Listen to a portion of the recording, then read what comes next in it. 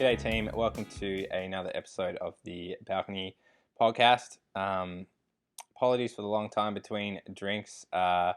Justo's Craft Dips made it on the news a couple of weeks ago, so we've been crazy busy, but it's been super fun. Just not a lot of free time. But I've also had a couple of things happen personally that I've been struggling with, and in the spirit of this. Instead of waiting for me just to feel 100%, or if that's even possible, or feel like everything's rosy gravy, I thought I'd just bite the bullet and get this done because this one's going to be quite different. I had a few people close to me highlight that the first few episodes, I've sort of hinted at things that I've experienced or been through or learnt about, almost in an assumptive way, like people understand where I'm coming from, but most people, even some people that are relatively close to me, wouldn't know the full story of why I do this, my life, what I've been through. So yeah, there's no guests. It's just me.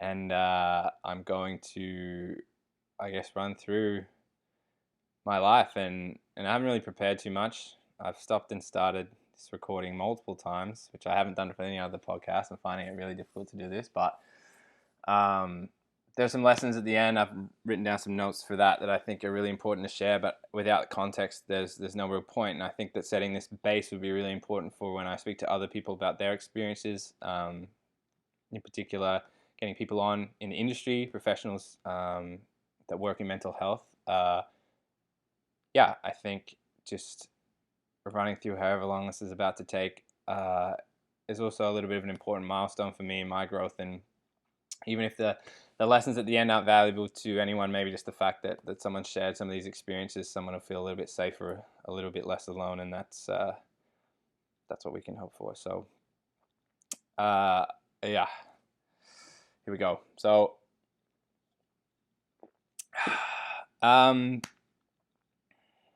my dad grew up in Port Adelaide back home, which for those that don't know is a pretty rough part of Adelaide.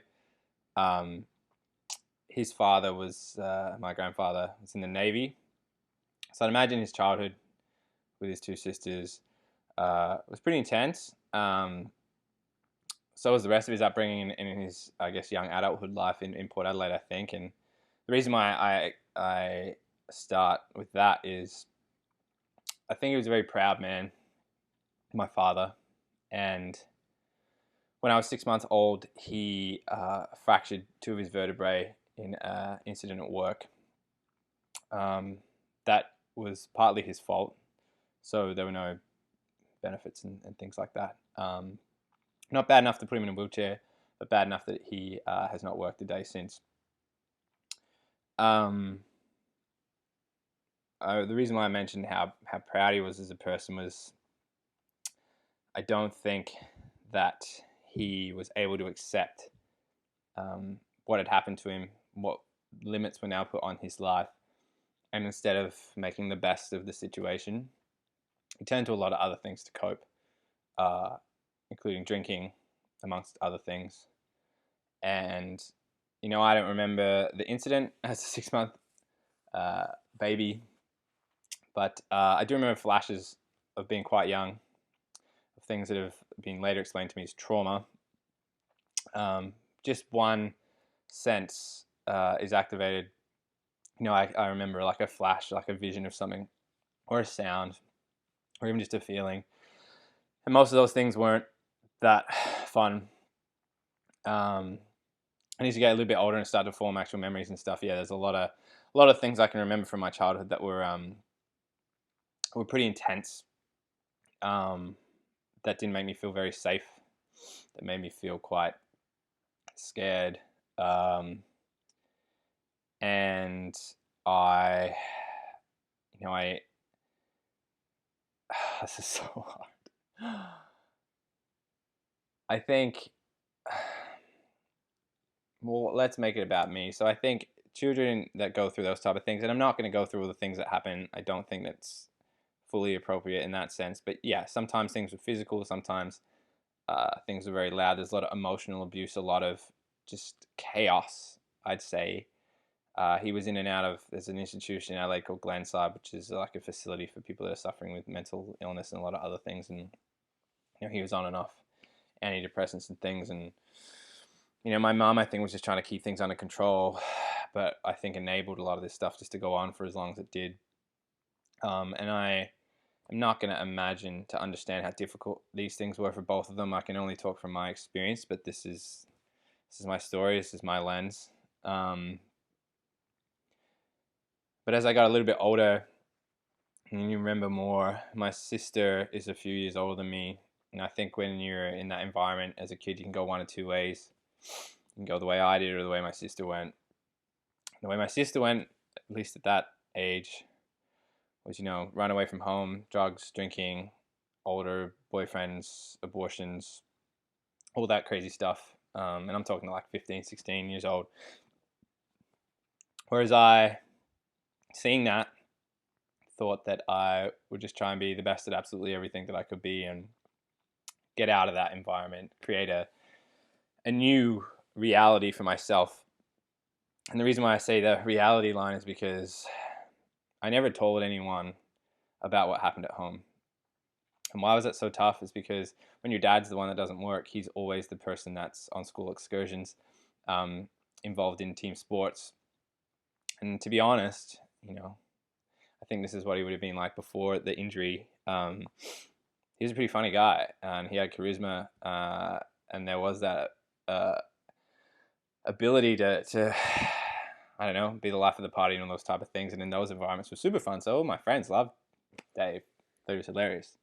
I obviously had a different experience at home, but I just remember from that age being like, well, I don't want to not ruin that for my friends, but I don't want to, or maybe it was embarrassment, I don't really know. I just thought it'd be better for me long term just to push that to one side and create this new environment for myself. So I did. I decided to get good at everything that I could do. Did really well at school. Was in state teams for sports. Popular guy. On paper, I think people that knew me that time thought my life was awesome, and in those regards, it was. But I remember whenever I go home, I just didn't feel safe. I'd feel alone. I didn't feel understood, and I just felt so misaligned. It was really tough to live two lives. And it took a lot of more shit to happen before anything changed. And you get older, you grow to be this size, and those physical things that happen at home now become a little bit more tense, a little bit more interesting. When you start drinking and going out and stuff, that heightens everything. And let's just say things didn't get better as time went on. And I guess the tough thing for me was that mostly my mom, but even the other two as well, just pretended like nothing was ever wrong. There'd be so much trauma and all these things happening that were crazy intense. I remember being 12 years old and my sister running away from home and my auntie being over and dad having to be taken to hospital because of the reaction he was having to the situation and the drugs that he was on, and me being asked to run outside and prevent this random dude taking my sister away, and then a week later everyone was just pretending like it was just happy families. And I think I look back and think that that's probably my parents thought if they could create that environment for my sister it would be better, but for me at least I felt more isolated over time, for sure. So I signed a 6-year accounting contract when I was 16 years old with KPMG because of my school results. I was set. I think I put this vision out in front of me of what life I want to live to not live this life anymore. And I just set my sights on that. Like, you watch movies and stuff as a kid, and business people are successful. People that live in New York City are successful. They're all happy. These rich people are happy, whatever. So I just thought that's my way out. But, after 4 years of that, I wasn't happy. I didn't fully understand why, but I miss sport. Sport was my life as a kid, and my, my buddies will laugh at this, but when I quit KPMG to go back and play footy, and I was pretty successful in my last couple of years while I was still doing the accounting with footy. I thought if I really did the PT thing and actually spent a year or so just fully on that, I could maybe do something with it. But, one knee surgery later and a lot of other things, that was taken off the table, and my body probably would have let me down eventually anyway. But that was really tough for me because, everyone thought I'd made it with the KPMG thing, and then I threw that away for football, and then that's over. I'm still at home at this point dealing with that stuff. And I've had girlfriends that have gone horribly wrong.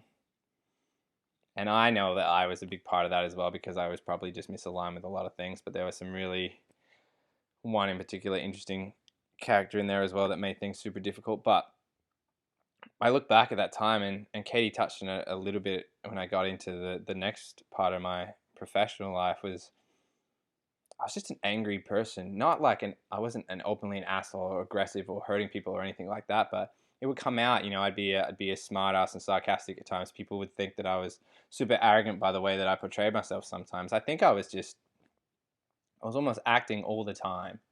Because I got so used to it, because I didn't want anyone to know what life was like at home or what that reality was, or potentially maybe how I felt. I definitely wasn't vulnerable at that age to anyone. And then finally, the straw that broke the camel's back was I was dating a girl, and my family was just sucking me back in and was just not happy for me. I saw this other life with this family and thought it was amazing, and they didn't want that for me. So I moved out finally, and I cut them out completely. I had an older cousin. I still have an older cousin. I love her so much. She's the only one I'm probably still close to in my whole extended family, because I cut everyone out because it was just hard to. It was hard to have anyone. It's tough because, you miss your grandma and stuff, but it's hard to be. Yeah. Anyway, so my older cousin said that she's 15 years older than me, I think. So she saw what my childhood was like. She saw more of what my dad was like and the things that happened at home. So she understood. And I remember one time she said that it was the best decision that I could have made for myself, and that really helped confirm that at the time. But yeah, I got an opportunity to work in the gyms in a sales capacity, and I'd never done that before. I wasn't sure what I wanted to do. But what I did learn is that I had the skill with people, leading teams like the Katie team, selling to people, selling gym memberships. You can really take advantage of people in sales environments, I think. But if you really take a needs-based approach, it's amazing what doors can open, and you really care about people. It was crazy. And this is my first experience with that. And start formulating where all this stuff comes from, I suppose. And I just got so much energy from it. Not just from the success, probably that was a part of it at the time because of that vision I had of the future. But I don't know, I really enjoyed it. And after a year and a half, I became a manager of a whole club and then another one. And yeah, I don't know, I really started to just embrace the value of the people stuff. And I'd always had that in sports teams and things like that. But I thought it was just a sport team. And now all of a sudden this stuff's this opening up to me. And I hadn't traveled or anything yet. I went on a trip to not to Bali. I'll get to Bali. Went to Thailand on a footy trip, which was chaos. But just getting an idea of what life is like overseas, seeing how other people live, was crazy. And then I just sort of like, no, this is something that I really want to do. And since then, I went on a huge America trip, made one of my best friends for life on that trip. And I was done. I was like, yeah, this is what I want to do. I bought a house at this stage. I bought a house when I was 23. I think what I'm trying to say is, if you just pause things and looked at my life, or what I would tell you about my life at that stage, I should be the happiest person in the world. I had my own house. I've been traveling I had a great job. I had a great circle of friends, but I just, I still, something was missing, or I just didn't know something. Um, and I started dating a girl who was the sister of my mate's girlfriend, and the way that we got together was slow and messy, and I don't think either of us were really ready, but it was just an easy thing to happen. And I love her. She's a great person, and I'm so grateful for her because of what I'm about to say next.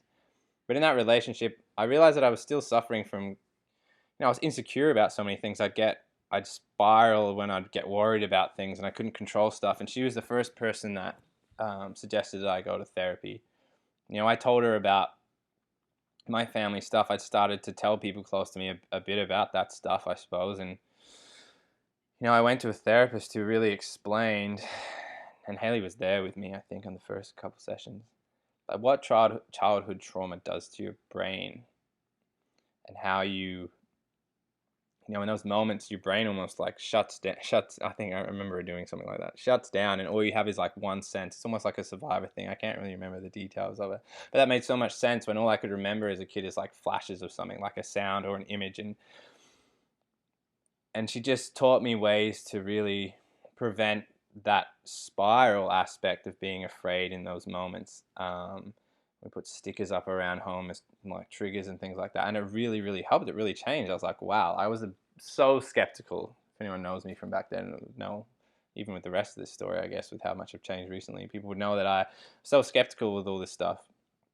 But it made a huge impact, and I was like, wow, this is super empowering. Haley and I ended in a pretty brutal way. We'd been living together for a while, and um, yeah, I think ultimately she realized it wasn't what she wanted. I don't think it was the healthiest thing for either of us for different reasons. I think it was more of a comfortable thing. We got along really well. We're probably just going to always be better friends. But that was super tough for me because I just had all this personal growth, or I'd started all this personal growth, and then I'd lost that. Um, you know, I think it was the first time where I was like, you know, like, what are you doing, man? Like, you got all these good things going for you. You know, you're talented in so many ways. You got so many skills. Like something's got to give. It's got to be more to this stuff. And I remember thinking about how I'd always been able to be there for people, but I'd never really been there for myself a little bit. And I just thought maybe if I help others, something good will come of it. And one summer, kind of a mentor to this young fella named Jacob Chop. He'd been from the footy club. The great thing about footy clubs is you can be 25 and you can have friends that are like 15, 35. Like, it's wild. He's a lot younger than me. He'd gone through significant breakup as well. And I'd had this place. It's where Haley and I had lived, at the place that I'd bought. It had this little balcony space that'd never been renovated. So, one summer we just decided to do it up. Me and a few mates. We put in like a shade thing and a barbecue and cleaned it all out, and we had a couple of really big nights there. It was super fun, and then I started to have little events there, and all of a sudden it started to become this sort of therapeutic place where people would come and open up about how they feel. And it was because I'd started to do that. I'd become an advocate for doing that, and it was so empowering for myself and for other people. And that's how the balcony started. And all of a sudden people knew that they could come there. It was a safe space. People understood what we were doing. I don't think it was fully translated at the time what it was really about. I think a lot of people that got first exposed to it thought it was just a good time, and it was, but there was always more to it, the people that really understood. Anyway, so all of a sudden I'm at this stage where I'm like, okay, oh yeah, went back to school, did my MBA. I studied in Germany for a little bit and I ended up getting a job with Aldi, as a big supermarket chain, as an executive manager. So this is more to feed that my lifestyle, my success measurement story, I suppose. So yeah, I was, for me, I was killing it. I was having a really good time. and I planned to go on this big trip to Europe, and Jacob was going to come along. So that stage in my life, I was probably, well, at least I thought I was pretty content. Anyway, we gone to Spain, Portugal, had a good time. Then we're in Croatia for the next week, and Jacob and I are sitting inside, and yeah, this girl sitting inside the table, and her head turns around, and we make eye contact, and yeah, we were stuck at the hip from there. Sophie and I I've never experienced anything like it. There was just this immediate connection. It was crazy intense. We spent that whole week together with everyone on the boat, had the best time. Really just, I don't know, I've never been more interested in another human being. I was just so in awe of this human being. We did find out there was a fairly decent age gap, but at that stage we're like, well, obviously so interested in each other.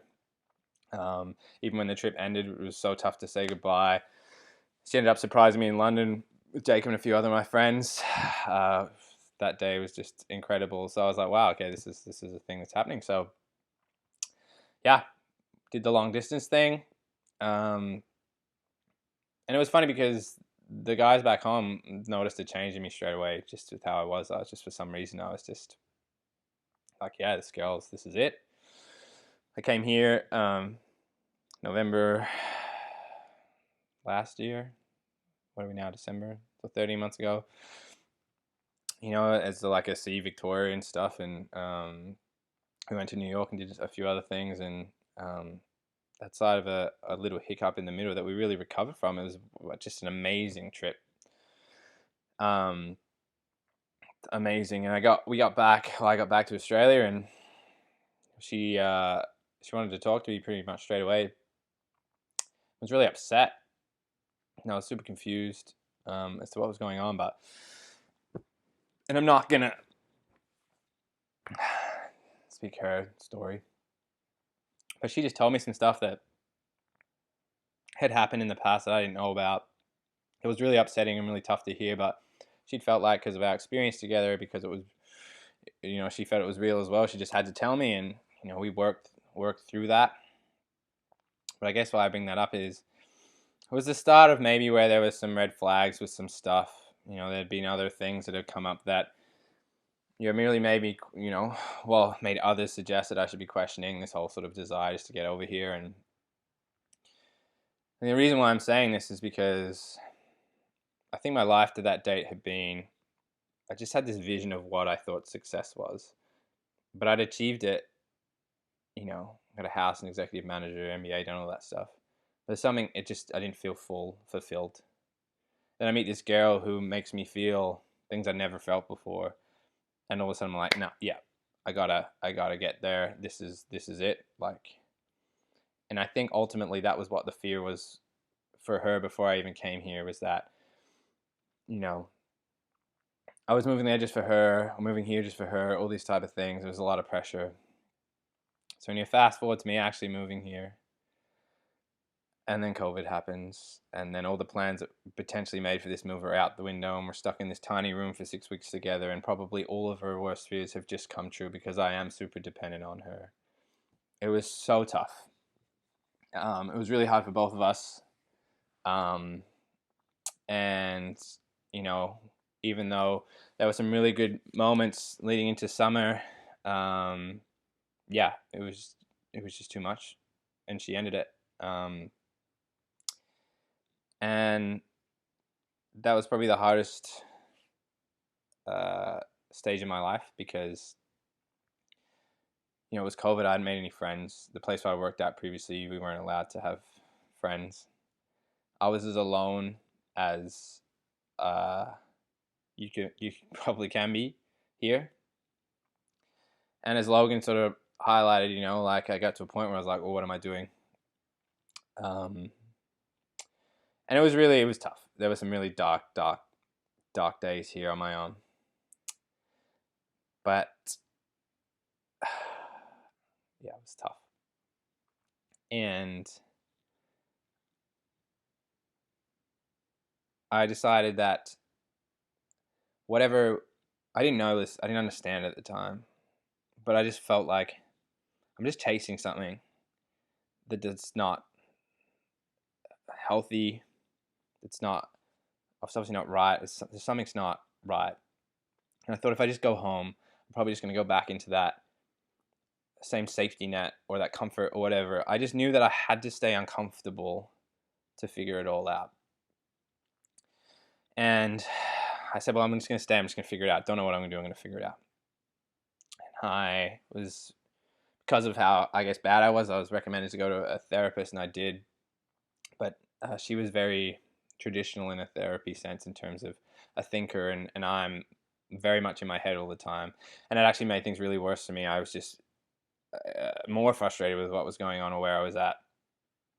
And then it took me to be recommended to see a more of an experimental, holistic therapist.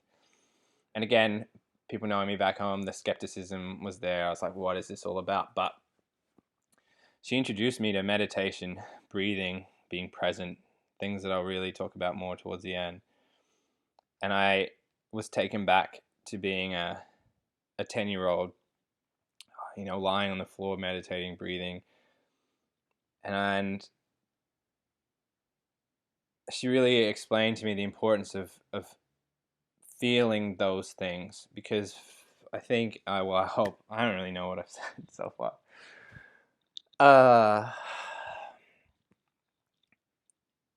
I just shut everything off when I was a kid. I just became this really good actor and presented this front of who I wanted to be. But I never really let myself experience and feel the things that were happening to me and understand them, what they were doing to me, how they were shaping me. And going back and feeling, I'm lying on the floor breathing, all of a sudden I'm crying. I don't know why. It was amazing. And that just unlocked this whole new world. I'm going to talk about a couple things that she introduced me to at the end as well. But I just started to really focus on me and how I felt and learn about myself. And Logan talks about that car ride on the way back from Galliano Island and about thinking about what makes me happy. And I just started to do things for me. I thought about what made me happy, what my happy buckets were. I took some risks. And without going into full detail about those things, I've ended up in an amazing place with Justos and the other businesses I'm doing and the friends that I've made, and it's wild. But Sophie's come back into my life in the last few months, and it's been really tough because, and again, I'm not going to, out of respect for her, go into a lot of things, but she's been struggling with some stuff as well, and it's been really hard to see someone that you love struggling, and someone that even after all that and all that growth that I've gone through and things that I've learned, which I will get to, there's probably always a part of me that's going to have hope that things can magically work out because of everything that I've gone through, the big move, all those type of things. But I just generally want the best for people, her included. And it's tough because she recognizes that I've grown in a lot of ways, but doesn't think it applies to her as an individual, which is really tough because if there's one person that I want all the best for, it would be her. But what have I learned, or what has all that been for, I guess? Trauma doesn't leave you. You learn how to live with it. And I say this to people a lot now, that your biggest weaknesses are also your biggest strengths. If you learn to embrace them in a certain way. Now, I explain, I haven't talked about this yet, but I was a medical, mystery back home. I suffer from mouth ulcers, canker sores they're called. I remember being 5 years old, year 5, 10 years old, mouth full of them, not being able to speak, pulled out of school, being sent to multiple specialists. My teens, same thing. After the Sophie stuff happened when I moved here, huge outbreak of ulcers. and I got sent to this doctor here who was, again, holistic in nature. She only spent half an hour with me. She asked him certain questions, and she was just like, um, do you think that perhaps, because it's related to stress and being run down and all these type of things, but she goes, beyond that, can you link times where you've had these breakouts to traumatic events in your life? And I said, yes. And she said, well, from what you've told me about your childhood briefly, it seems like you never said what you wanted to say. And I was like, yeah. She goes, well, I think perhaps that your body, this is your body's way of manifesting that, and that the ulcers are present in your mouth because you're not saying what you really want to say. I thought about it and it blew my mind. And ever since that meeting with her, like, I still have to have certain toothpaste and stuff or whatever, but I've not had one breakout of ulcers like I used to. And it's crazy. And it reminds me of this cells model that I was introduced to. It sort of suggests that we're all born as unique human beings, our true self, and that through your childhood and your environment, you learn some shoulds and should nots that develop this ideal self. So I should do this, I shouldn't do that. And for me, I should be successful. I should, whatever. I shouldn't talk about it. And this brings this ideal self in front of you. But what happens is your actual self and your ideal self aren't usually aligned, especially not with your true self. And you can go into this sort of self-hate pattern when you're disappointed in yourself or frustrated with yourself for not being like that, and it can express itself physically. You can get sick, you can get anxious, you can get mouth ulcers. This was me. But what I was taught through this holistic therapist was that there's a self-love side to this as well. And if you can learn to stop, breathe, be present, show some self-appreciation, some patience for yourself, that over time, that ideal self, your actual self, and even your true self can come closer together. You actually get to feed back through your true self if you create a space for it, and those should and should nots can change over time, and life just becomes a lot easier. It's not to say that you don't have bad days as well, but I think I've learned that this alignment piece is so important. Like, we are all so unique. We're so special in different ways, but we're our own worst enemy sometimes. And that knowledge about that ulcer thing has just been crazy to think about. But the meditation piece for me is all about being present. I have such a busy mind, and I wouldn't even say I'm very good at it. I've been doing it for about 4 months now, but just creating a space just to pause has been so valuable for me. Not to get so overwhelmed by my thoughts. The past is the past. The future is determined by now and the present, like what we're doing right now. And I guess that led to the stuff that I discussed with Logan when I started meditating and thinking about where I am right now. I was like, well, like, what am I passionate about? What things give me energy? Like, how do I want to spend this energy? I don't know. I think I realized that I'm at my best when I'm helping other people, but I can't help others unless I feed myself first. That was the big lesson from that. And through this, I was reading a book at the time, 7 Habits of Highly Effective People, and it helped me write this mission statement where I write, who I want to be. And it's hard. I went through this. You write out all your beliefs, like what you believe about yourself, positive and negative. It's brutal. But when you get through it and you come to this end, you have this piece, this mission statement that it's almost like a lighthouse for you in decision making processes, or when you're assessing, does this align with who I am? And you can adapt it over time. I remember I wrote it, and moving here, I added a nature element to it because this is such a beautiful place, and I realized that I get energy from it. And when I'm not in nature, if I get disconnected from it, I do feel the difference. But with all that said, I think I learned that life's too short not to take risks, to follow your heart and do what you love. I think at the end of the day, you should just spend as much of your time as possible doing what you're passionate about. There's no point dealing in absolutes about always and never, those terms. Like, This 2020 has taught us anything. Nothing's guaranteed. Things change so fast. It's not about how you spend your money. It's about how you spend your time. That's the most valuable asset that you have.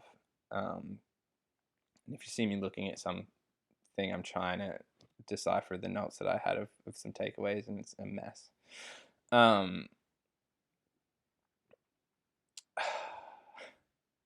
Every person that you encounter in your life is a lesson, and it's up to you whether or not you're open for that lesson. I've learned that life's better when you have other people around you and a support network. It doesn't make you weak if you have to lean on people every now and then. There's the strength in numbers is a saying for a reason, and we as humans crave that connection. I just think that there's a healthier way for sure to harness that. With all this said, and honestly, I'm going to watch this back and be like, what were you ranting about for God knows how long this has been? But why do I do this? What's this all about? I don't want anyone to feel alone like I did when I was young, or pretend that they're something that they're not, and live in a way where you're not just speaking your truth all the time. I want people to be able to talk about what they're struggling with, about what they're going through, and I want everyone to realize that you're not alone. We're all in this together, and just encourage people to love as much as possible. Tell people that you love them.